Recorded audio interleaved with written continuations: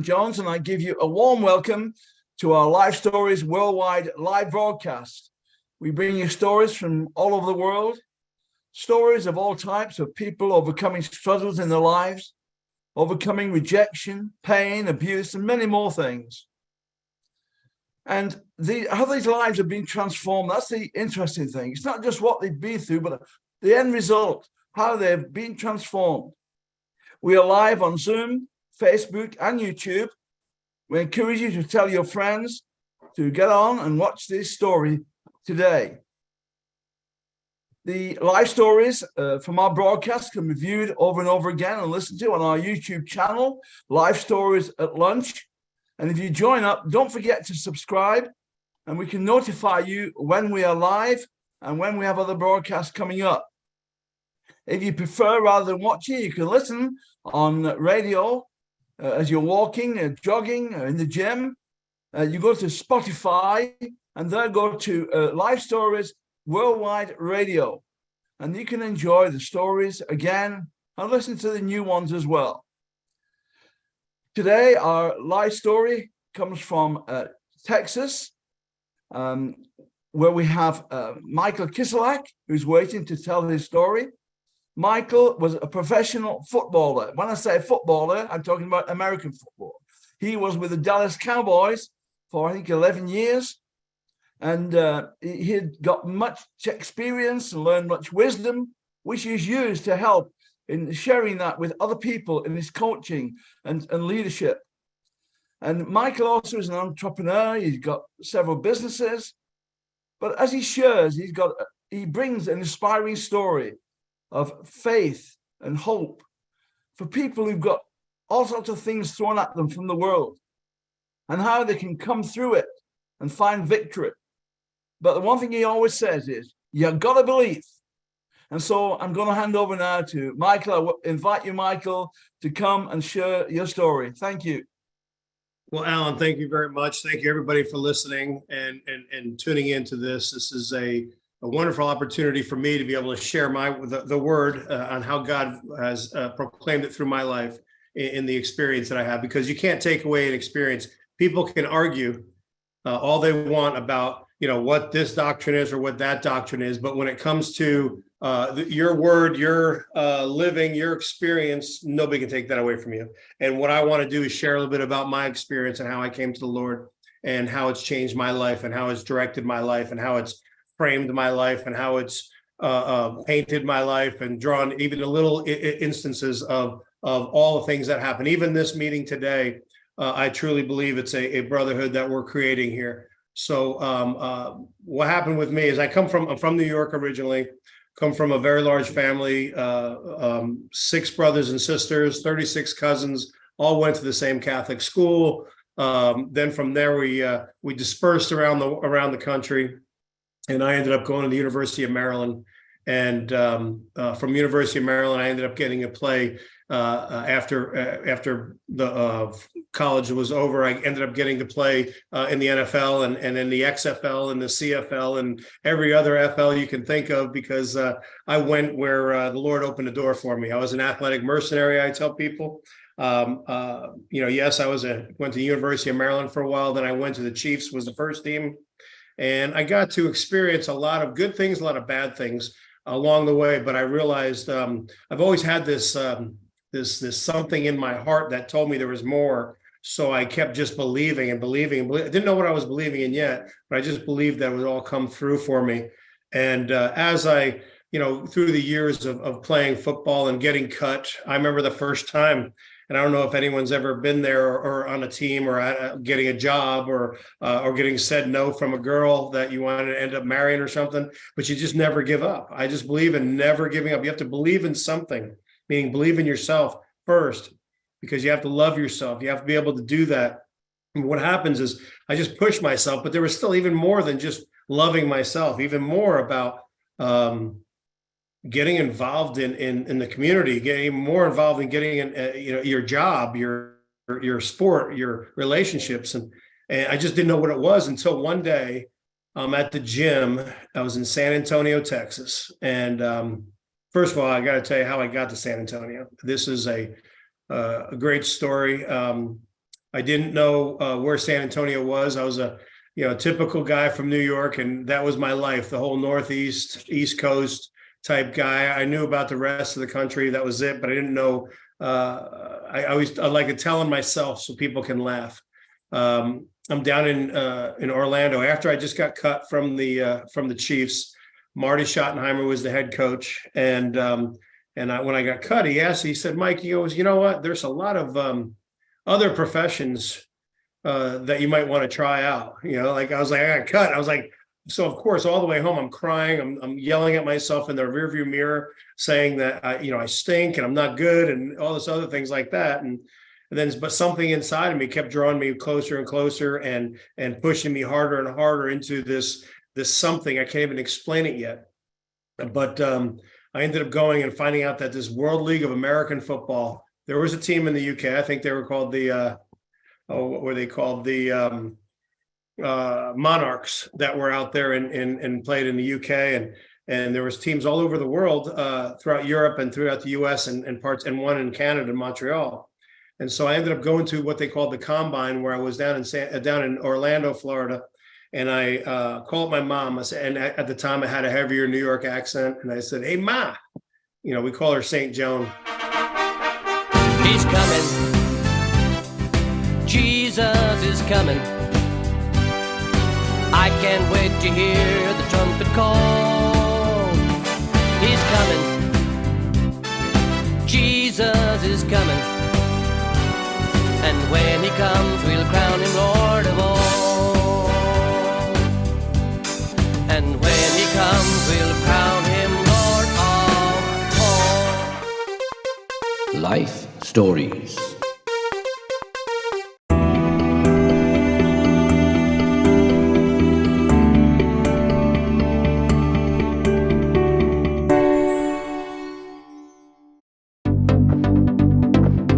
Life Stories Worldwide is brought to you every Monday night at 8 p.m. UK time. We broadcast live on Facebook, Zoom and YouTube. So why not join us every Monday night at 8 p.m. UK time. Right. And I said, hey, Ma, guess what? I'm moving to California. And she goes, what? And I said, yeah. She goes, where? I go, San Antonio. And of course, everyone's laughing because I think Santa Barbara, San Jose, San Francisco had to be in California. Well, San Antonio, of course, as we all know, is in Texas, but I wasn't thinking at the time. And she goes, hey, she actually yelled at me. This is the most she comes to close to cursing at me. She says, you idiot, you're going to Texas. I go, well, heck, I guess I'm going to be a cowboy. And as you look behind me, little did I know I would become one someday. But I ended up going there, and I just talk about that because the ignorance of people, like even myself, my people will perish from lack of knowledge, from ignorance, and that was my ignorant self back then. And I step into San Antonio, I play for a team there, and then I have an opportunity to go and go play with the Houston Oilers. So I'm in training camp in San Antonio. I meet my wife by signing an autograph for her boyfriend at the time, and she's right next to him. And I end up meeting her, and I just saw her and noticed. I noticed how pretty she was, of course. And then a few months later, after I end up getting cut from the Oilers too, I end up coming back to San Antonio because I was going to play with the San Antonio Riders again in the World League of American Football, and the same apartment complex that I was living in, I saw this girl walk by, and I go, my gosh, she looks familiar. So I found out it was that same girl that was with the boyfriend when I was signing autographs. So I find out she lives right around the corner from us in the apartment. I knock on the door, and she opens the door. She sees me. She goes, she's all like, what are you doing? I go, well, I was just wondering if you can do lunch. Can you do lunch? Today, tomorrow, whenever. She goes, well, my boyfriend, he's coming. He's coming. He's on his way here. I go, that's all right. I saw him. I'm not worried about it. Can you go to lunch? Right. So we end up, she's like, she didn't know what to do. So I said, just let's go to lunch tomorrow then. So she's okay. So I think she's wanted me off her porch, knocking on the door. Well, she ends up going to lunch with me. And that was, that was actually about 31 years ago. We've been married 30 years in July. It'll be 31 this July. So it ended up working out for the good for me there. I just kept pursuing, right? Never give up and always believe. Well, anyway, one day we're working out. I come home from the gym and my wife's there, and we were going to the same church at the time that my family's always gone to. As when we were young, we were raised in it, and my wife was the same. And I end up. It was kind of funny because I end up. She goes to me and she's like, Michael, she goes, I want to try this church out. I'm like, sure. What's it named? And she tells me the name of this church and where it was in San Antonio. And of course, Mr. Tough Guy here comes up and says, I'm no holy roller. I'm no Bible freak. I'm no Jesus freak, is what I said. All this stuff like that. And I was a tough guy. I had I always tell people, let me describe myself. I had, the old ripped up T-shirt, I say the Mr. T starter kit. So I had a couple gold chains around my neck in my 20s, and then I had the Mark Gastineau was a great defensive lineman with a mullet haircut, and I had a similar haircut like that too. So I was like, that was the epitome of ignorance, of me at the time, and I went and I told her, I said, I'm not going to that place. This is where church we go to. We're always going to that church. It's good enough for my parents and my grandparents. Good enough for my family too. That was the whole I say ignorant attitude I had. And then next thing you know, I go to the gym. I go back to the gym, and I'm in there working out. And I got my buddies that are pro bodybuilders, and one's a pro wrestler, and a couple other football players. American football players as well, all big, tough guys lifting lots of weights. And they literally go to me and they asked me this word. They asked me this one question, and I didn't know what the heck to say. They said, where do you fellowship at? And I was just like, I go, I don't know what that F word means, and of course everyone starts laughing and they're like, no. It's where do you go to church? I go, oh, I said, we go to St. So-and-so's or whatever over here. That's what and I promise you this, they go, oh, you should try our church out. I go, really? Where is it at? The exact same church that my wife wanted to go to the day before. And so, of course, what I say, right away, you think I would say, oh, well, I'm not one of those guys, like I talk to my wife, but let me explain something. And this may be the time for you, if you're listening or tuning in on this, or getting this message. There's a moment in time for all of us. That was my moment in time where the walls of Jericho came tumbling down, because all of a sudden I went from this tough guy to hanging out with all these other tough guys that asked me where I fellowshipped at.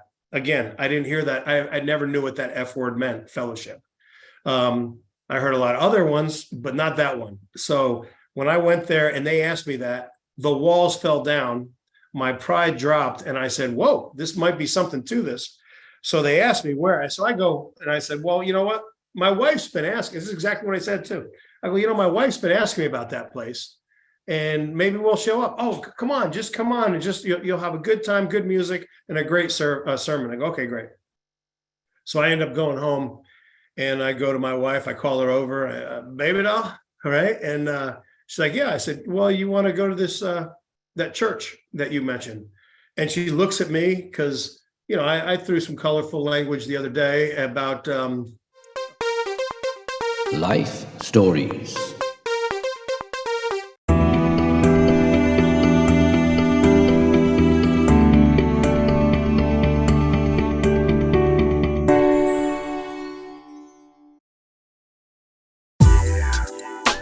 You can subscribe to our YouTube channel, Life Stories at Lunch, where you can see and hear many more life stories.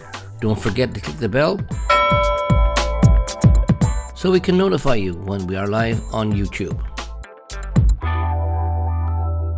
About that church and who I wasn't, and I wasn't going to go. And I said, well, do you want to go to that church this weekend?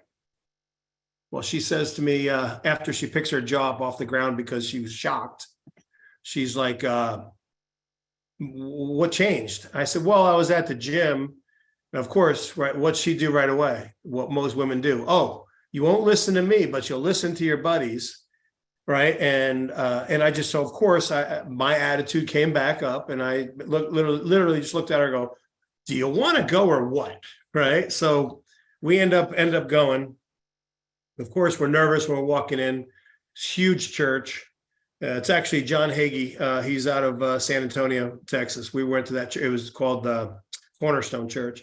And it's a humongous church. And we're under the balcony in the back by the doors, one of the many doors that lead into the main sanctuary. But there's usually, like, when they walk in, there's some type of fake plant or something like that to the right or the left of the doors. So I kind of walked right next to the plant, stood there kind of just trying to blend in as blended in as possible. A 6'3", 300-pound man can look, right? Blended in next to a fake tree.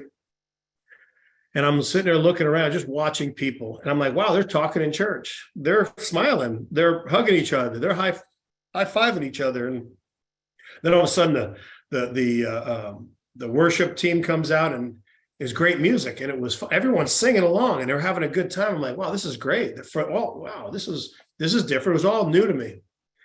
And then funny thing is, this little guy comes out, John Hagee, Pastor Hagee is a short man, and he comes out, and you tell me, audience listening, those watching right now, you tell me if this wasn't my moment in time again. His message was, you go to a football game, and so of course that plastic leaf that was in front of me, I pushed aside. I go, maybe there is something to this. So he goes, you go to a football game, you sit next to people you do not know. You got people in front of you and behind you that you do not know. But when the team you're rooting for takes that pigskin filled with hot air and crosses the striped line, you jump up and down, you high five the people in front of you and behind you, you hug the people to the left and right of you that you don't know, just because you're rooting for that team. Why can't you do that for Jesus Christ? And as simple as that message is, as simple as you might hear that come in, it was like a 4x4 to my forehead, a piece of wood, a log to my forehead, which basically woke me up saying, wow, there is much more to this than I thought. So of course the sermon went on.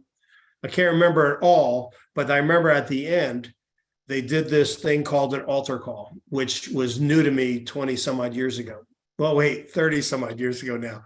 And I'm sitting there, and I just felt this draw. We were way back in against the wall. We couldn't get any further back in the room than us. And they did this altar call asking to accept Jesus Christ, our Lord and Savior. And I literally stood up, felt myself drawn to walk down the aisle. And I'm walking down the aisle.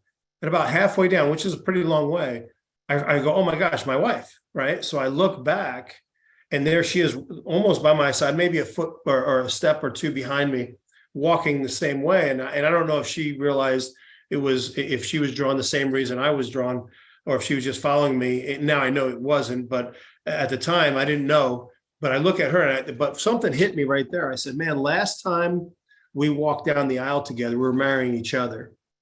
This time we're walking down the aisle together, and we're marrying Jesus Christ. And it was a change. That one moment in time changed my life and the trajectory of my life, where I was going and what I was living for and how I was. And it didn't happen overnight. I got saved in an instant.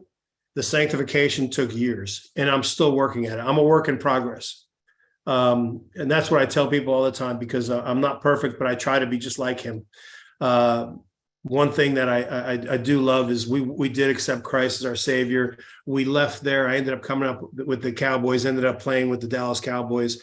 And then from there, we were able to start, for the Cowboys. We were able to, I'm on America's team playing worldwide.